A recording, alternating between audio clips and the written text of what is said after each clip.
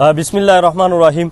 عزتمندو په ټوله خیبر پښتونخوا کې د بارانونو سلسله شروع او د هغې په بنیاد باندې ډېر زیات نقصانات شوي دي. بیا باجوړ کې زمونږ د ټولې صوبې نه ډېر زیات نقصانات په دې باجوړ کې هم شوي دي.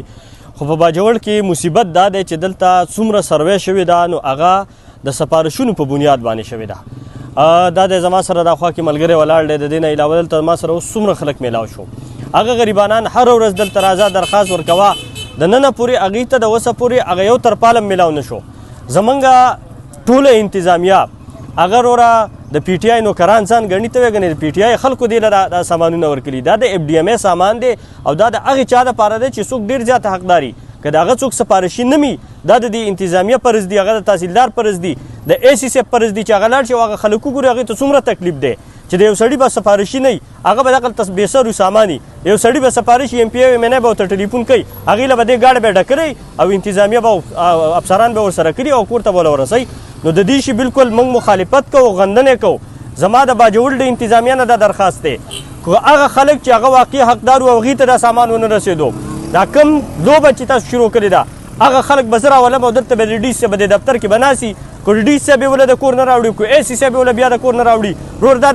د پی ټي آی د خلکو سامانونه نه دي چې تا د پی ټي آی سړی ټلیفون وکړي او بیا د یوسه ګاډی وله ډکلی او هلته وله کور ته رسوي او ټینټونه م وله وړي حالانکې د هغه دیوال هم نه یې رالوېدلی او هغه خلک چې د هغو کورونه رالوېدلي د هغه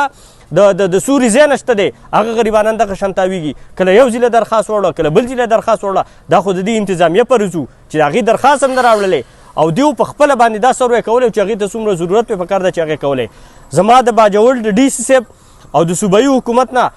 پرون چې وزیر اعلی صاحب پوسټ ورګاو چې یاره ما په کرپشن کې ډي جي صاحب ډي جي هیل چې دی هغه